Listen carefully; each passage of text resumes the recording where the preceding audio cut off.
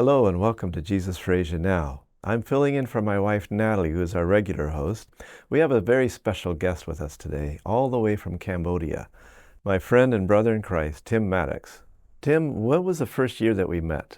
I think it was around 2000. Yeah. I was teaching at PUC and I came to Cambodia with a team of student videographers, and we wanted to document some high-impact ministries. And can you list through the different ministries really quick? So we have an elderly people's care home, we have an orphanage, we have a school, we have a media ministry, we have a butterfly garden for tourists, we have a plant nursery. We also have a church. Okay. And I think it's now the largest church in the country. Wow. And there's several churches around that area that are kind of outgrowths of that main. In Siem Reap province, yes, we have, I think it's 18 groups now that are worshiping. So in 1992, when I arrived in Cambodia, there was one worship group, and I guess there was probably 5 or 6 baptized members. And they had just returned from the refugee camp. And so the church was at its very, very beginnings. Wow. And how many church members are there in the country now? It's about 5,000 now. So from 5 members to 5,000 members in your tenure in Cambodia. Yes. How does that feel to see the church grow like that? It's awesome. Just this last Sabbath, they had a regional meeting for Siem Reap province, and there was over 470 people there. And so for me, when I arrived in Siem Reap province in 1992, there was 0 Adventists. To my knowledge, 0 Christians. And so God inspired us to church plant. And so to see the fruit of that ministry is really awesome. Now, most missionaries see 5 years as a full term. Yes. What do you see 5 years as? 5 years, that's having fun. No, 5 years is really barely enough to get started. If you just look at a church plant, we used to hear 3 years, and 3 years is not enough because you're bringing people out of Buddhism to Christianity, and it's a long way. Yeah. And most of those people are illiterate and very poorly educated, so nothing against them, but they learn slowly because they haven't learned to learn. Right. And so it's a long process to establish a church. And we have to think of the next generation as well. Of course, you can come in and do an evangelistic series and build a church, and you have a church, but not a self-propagating church. Well, you can build a church, but you need somebody to actually run it that can read the Bible and understand and share. So there's training of people to be church leaders, which God called us to do. And then there's having those church leaders in place. In Siem Reap, we have good church leaders because we've done the training programs for them, and there's continuing training going along. And so the churches are growing. And when the churches are growing, there's more and more kids. So tell me what influence or what effect the school that you started has had on church growth. It's having a significant impact because we're going from churches that most of the members were illiterate to now having churches where we have educated people. Many of those people have gone through to grade 12 level. They're bilingual, they're speaking and reading English, so they can learn from more than just what's been translated into Cambodian language. And it's also, when your child is going to a Seventh-day Adventist school, it creates a sense of loyalty. And so it helps them to be more faithful and to the church, to God. Okay, so I know this is a hypothetical question, but let's say you have 5,000 church members in Cambodia. Yes. What percentage of that church population would be attributable to the education system, the school? Probably, at a guess, 20%. Okay, all right. Now, for the future of the church, how important is Adventist education for church members' children? I think it's extremely important. Well, schools in Cambodia, they operate on Saturday as well. So if we want to have faithful church members, Mhm. we have to teach them about sacredness of the Sabbath from when they're young. And if they're having to go to school on Sabbath in order to get an education, then the sacredness of the Sabbath is lost. And before we had a school, I'm sitting in church, not our church, the city church, and there's a Cambodian pastor, and we're halfway through the church service, and his son walks in school uniform wearing a backpack. He Just got out of... just got out of school. Wow. And so this doesn't really teach how to keep the Sabbath. Right. But if he didn't go to the government school, He'd be kicked out of he'd school. get kicked out. So it's a real challenge. So what percentage of the church's young people does your school serve? If we look at Siem Reap province, Uh-huh. it's probably about 85 to 90%.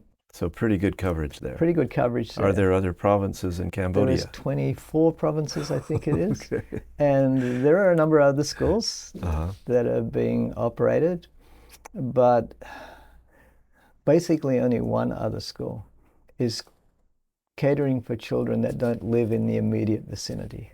So like a boarding school? It's a boarding school also. Okay. All right. So there's only a limited number of places. I guess between the two schools, we can currently cater for about 200 kids in boarding. How many children do you think are elementary age throughout the whole church in Cambodia? With roughly 5,000 members, my guess is, it's a guess again, somewhere between 2,000 and 3,000 maybe. So each family has a lot of children in general. The statistics used to be, I think it was 4.5 kids per family. Wow.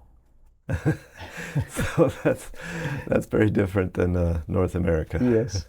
About twice.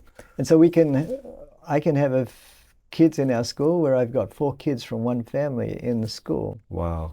And that creates financial problems for the family too. Yeah. So let's say you've got 2,000 to 3,000 children throughout Cambodia in the Adventist church. And the two schools that you recognize in Cambodia that are Adventist and that anybody from any part of the country can come to is about 200 capacity? I think 200 for boarding. So those schools are serving maybe 10% of the Adventist child population. Yeah, maybe. So 10%. Let's say 10%, yeah. So obviously there's a huge need for more schools, for more Adventist primary schools. There's a need for more Adventist primary schools located near our churches. Okay. So that kids don't have to be in boarding schools. Right. But there's also a need for more Adventist high schools, which are providing boarding accommodation.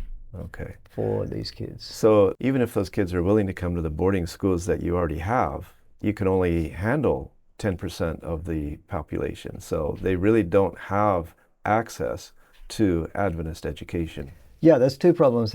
One is there's just not enough beds to go around, not enough classrooms. And then the second problem is there's not enough finance for those families to be able to pay for their kids to go to a boarding school. So what's the cost of your boarding school? So we're charging currently $400 a year for the boarding school. That sounds like nothing. Yeah, it sounds like nothing. But for a family that's total income might be $500 or $600 a year if they're lucky. That's like 80% of their total income for the year. For one child, if they got 4 children. That's impossible. It's impossible. Yeah. What's the source and what's the reason for this poverty that you have in Cambodia? So Cambodia had nearly 50 years of civil war. 50 years? It went up and down, but serious civil war from 1970 until 1998. Wow. And that was because of Pol Pot? Pol Pot, Khmer Rouge, communist. So the killing fields took place in Cambodia? Killing fields took place in Cambodia, and the killing fields killed most of the educated people. Wow. So the teachers, doctors, anybody with education. If you wore glasses, you died. If you could read, you often died. Wow. Because you were considered educated, therefore you were considered as a threat to the government. So this was during what years that the most killing went on between 1975 and 1979. Wow. And what percentage of the total population do you estimate were They killed? estimate about a quarter of the population. 25% of the population of about the 2 entire million country. people, and there was about 8 million. That must make a huge challenge for establishing schools. Yes. Yeah. So infrastructure, Mm, buildings were destroyed, mm, or they weren't there to begin with. And then you don't have educated people to mhm, teach. mm, Even in 1996, mhm, when my oldest son Caleb was going to the local government school before mhm. we had a school, he'd often come home half an hour after school was to start and say, "Oh, my teacher was drunk today, so he didn't come to school." Wow. Or my teacher's gone to his rice fields. And it was only 4 hours of education anyway, and often 2 or 3 days in the week there would be no teacher, and so he would just come home. Amazing. So education has been picking up. Uh-huh. The government has put a lot of emphasis on building schools, Uh-huh. but they haven't always had teachers to put in the schools. Yeah. And So that's a huge challenge. yeah. So Jesus for Asia has taken some young people out of high school, and we're putting them through a college in the Philippines now to get a higher level of education, a higher standard of education. We're going to bring them back into Cambodia. What kind of effect do you think that will have in the schools there? That's going to be a significant help, Praise the Lord. because even though it's only a small group, Mm-hmm. it still will represent probably 20% to 25% of the teachers that actually have a teaching degree. Wow. That are working in our school. So our school, we're doing K to 12. Uh-huh. We have 230 students. I am the only teacher in the school that actually has a teaching qualification. So where do you get your regular teachers for your... So in grade 11 and grade 12, Uh-huh. we have a subject which is teachers training. Uh-huh. So we're actually teaching the young people how to be teachers. Uh-huh. In grade 12, we have a subject called teaching. Uh-huh. And so our grade 12 students are given a subject in the primary school, Uh-huh. which they are to teach to the Wow. students. So So they- they're getting hands-on practice. So they go right out of 12th grade back into teaching, maybe Yes. 6th grade or 5th grade or Sometimes 11th grade. 11th 12th grade. So you have 13th grader teaching 11th graders. So because we have to combine our grade 11 and 12 class Oh. because of lack of teachers, last year I actually had a graduate from grade 12 teaching the grade 12s who she'd been studying with when they were in grade 11. They probably think that this is normal and this is the way things Well, that's what work. they've seen throughout their education, because we're doing it for many, many years. Right. And, you might say, well, how can you give those kids a good education if they don't have qualified teachers? But I believe the Holy Spirit qualifies people to be teachers. Right. And so our graduates, some of them do go on to universities overseas. One of those young ladies in the Philippines is one of our graduates, and they do fine in universities. That's awesome. But you have children that if you didn't have that school with those unqualified teachers, they would be back home farming rice, or... They may go to government schools until grade 3 or grade 6, and then they would probably drop out because there aren't any high schools nearby. Wow. So this is a challenge throughout the country, not just in Adventist education, but everywhere. Education in general, that very little access to even classes after 6th grade, or possibly even 3rd grade, you said? Possibly even 3rd grade if they live fairly remotely. Wow. And in many places for a district, which is quite large, there will be one high school. So either the kids have to go and stay near the school with relatives, if they have relatives, or basically give up on their education. And those are day high schools? They're day high schools, yeah. Let's say a family lives in an area where there's only up to 3rd grade education. What happens to the girls? They'll probably be married and having kids by the time they're 15. Wow. And the boys, they'll be out herding cows. Now, I grew up in America, and the motto was every child should have access to Adventist education. Do you think that the Adventist children in Cambodia should have the same right? That's my motto. Mm. Every Adventist child should have Adventist education. And I have to look at it this way. Their parents can't pay, but God's their big dad. And so God will pay because he wants them to have an Adventist education. Yeah. So let's look at how many churches there are in all of Cambodia. How many churches do you have? It's around about 130. Okay. Scattered around the country. Scattered around the country. Okay. So 130 churches, 5,000 people, maybe 2,000, 3,000 children. How many primary schools would we need to establish to provide education, access to Adventist education for all of those 2,000 to 3,000 Adventist children? Well, the ideal would be one for every church. Okay. But many of those churches are very, very small Mm. and might only have 4 or 5, 6 kids. Mm. So if we're looking at the larger churches, probably about 40 primary schools. 40 primary schools. Yeah. So what do you estimate would it take as far as cost to build the actual schools, the physical school? Physical school, it depends where it is, how much if you have to buy land, Oh, what the price of the land is. In a city, it's going to cost a lot. okay. We were talking about your schedule Mhm. because we travel together and minister in different countries, America, Europe, and you're talking about your summer breaks. Now, our summer break when I was growing up was 3 months. Mhm. And that was a valuable time for me in my childhood. And I asked you how long your summer break was. What was your longest break? And you said it was only about a month? It's 5 to 6 weeks. Okay. And you said that a lot of the kids don't go home during that time? Some of the kids beg me not to send them home because they know there's not enough food at home.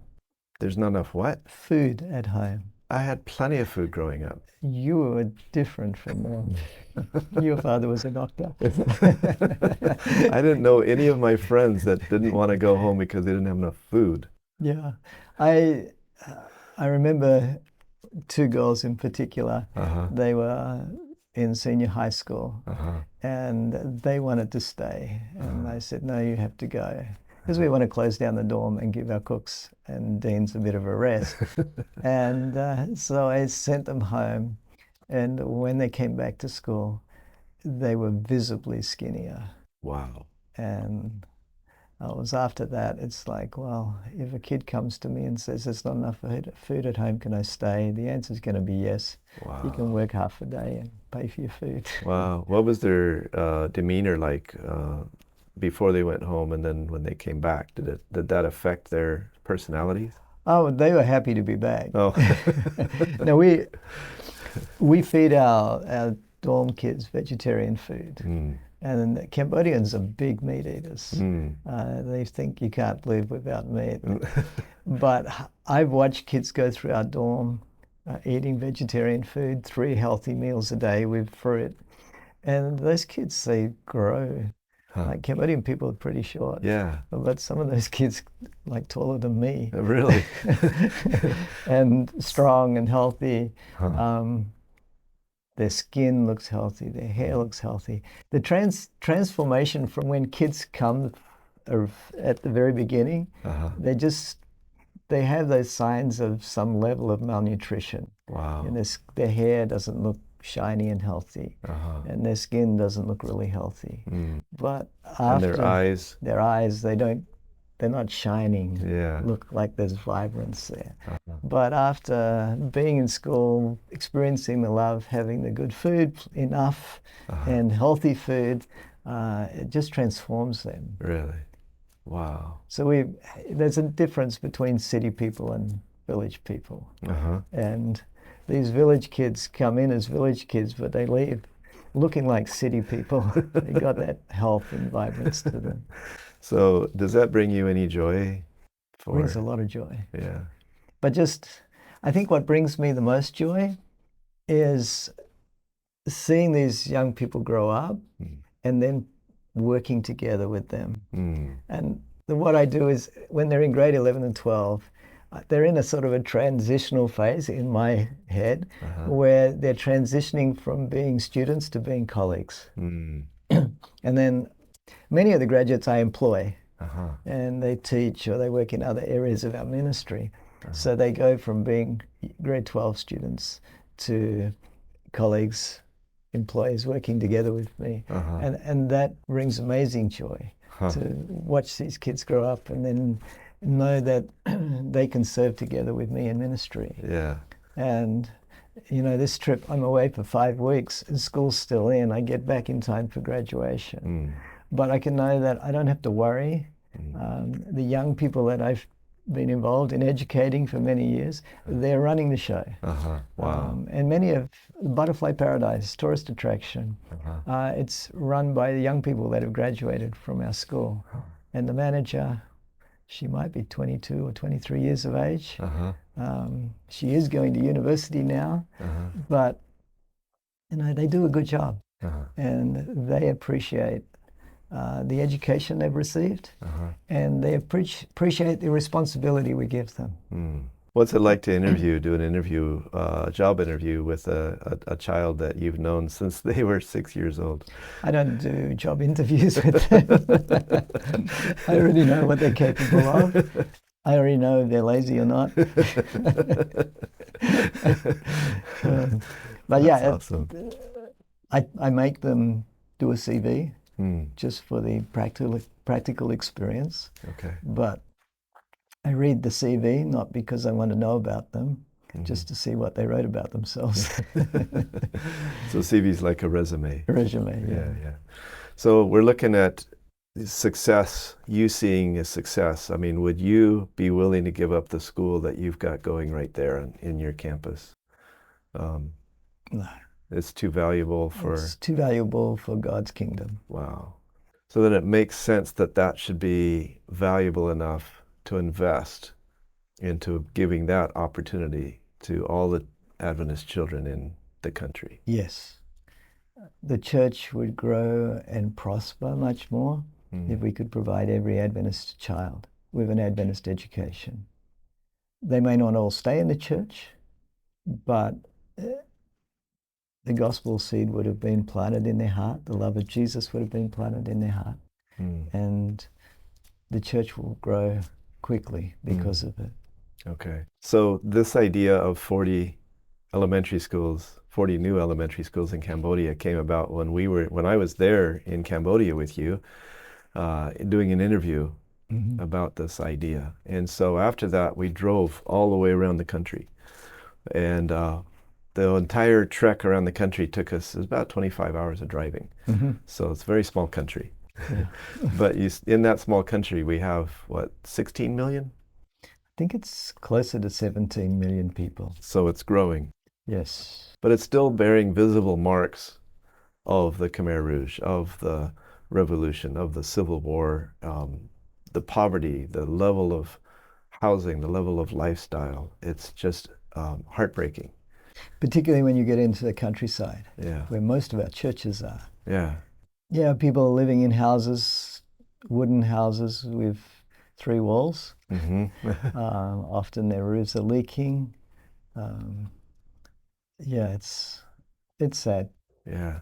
And so the ability to make a difference in their lives, to me, is one of the greatest opportunities that we have in this age, in this generation. So this is a phenomenal opportunity to make an investment that will keep giving returns forever. Imagine if you get to heaven and you meet the child that you sponsored. And you meet the people that child brought to Jesus. Right. Yeah. What kind of relationship will you have? Yeah. It'd be awesome. Yeah. I look forward to that. So it sounds like what you're saying is that people can even now sponsor a child in your school and sponsor them through their education. Yes, that would be possible. Okay. Or just donations that go toward the school makes it possible for many kids. So we can say like sponsorship is $50 a month, and that'll cover the education costs and the boarding costs for an Adventist student. But some are able to pay some toward that. And so any money that comes in just goes in the general fund to help Everybody. everybody. Right. Yeah. Yeah. What a great opportunity. So you said that you have a lack of teachers. You're challenged to get teachers. Is there a chance that somebody like me could go and volunteer as a teacher at your place? Yes, we welcome people to come and volunteer. We occasionally get a qualified teacher to volunteer, but usually the people don't have any teaching qualifications that come. But they have a willing heart, and they're willing to trust God to help them to be able to teach. And we have people coming in as young as 16 to teach, and as old as 88. Yes. So if you're interested in coming, we are looking for Seventh-day Adventist people to teach in our school. And we like it if you can come for 12 months, or at least 11 months. But we're happy for short-term people. 1 week, 2 weeks, it's a little bit too short, it's disruptive. But if you can come for 3 months, 6 months, or better still, a whole year, that's better. Our school year starts at the beginning of September and goes through to the end of July. Now you mentioned the word media. You have a media ministry. We're using primarily video, but also print media. Okay. So we're translating books, and we're working toward having a health magazine in the Khmer language to help people understand healthy lifestyle. I'm a lucky missionary because I have been in one place for almost 33 years, and so I've been able to see the fruit of the ministry God gave us to do. Praise the Lord. You're the director of all the ministries, all these different ministries, but how many classes are you teaching because you don't have enough volunteers? So I teach 3 subjects, which is 16 out of 40 periods a week. Wow. So when you have more volunteers, then it takes a load off of you. When I have more volunteers, yes, it takes a load off me, and I'm able to focus more on other parts of the ministry and to build them up and to start whatever new project God gives me. Amen. All right. So I want to thank you for joining us and for giving us insight into a corner of the world that we just don't have access to with this perspective. And so if you'd like to get involved, please contact us at Jesus for Asia, P.O. Box 1221, Collegedale, Tennessee 37315. Call us at 423-413-7321 or visit our website at jesusforasia.org. May God richly bless you until we see you next time on Jesus for Asia Now.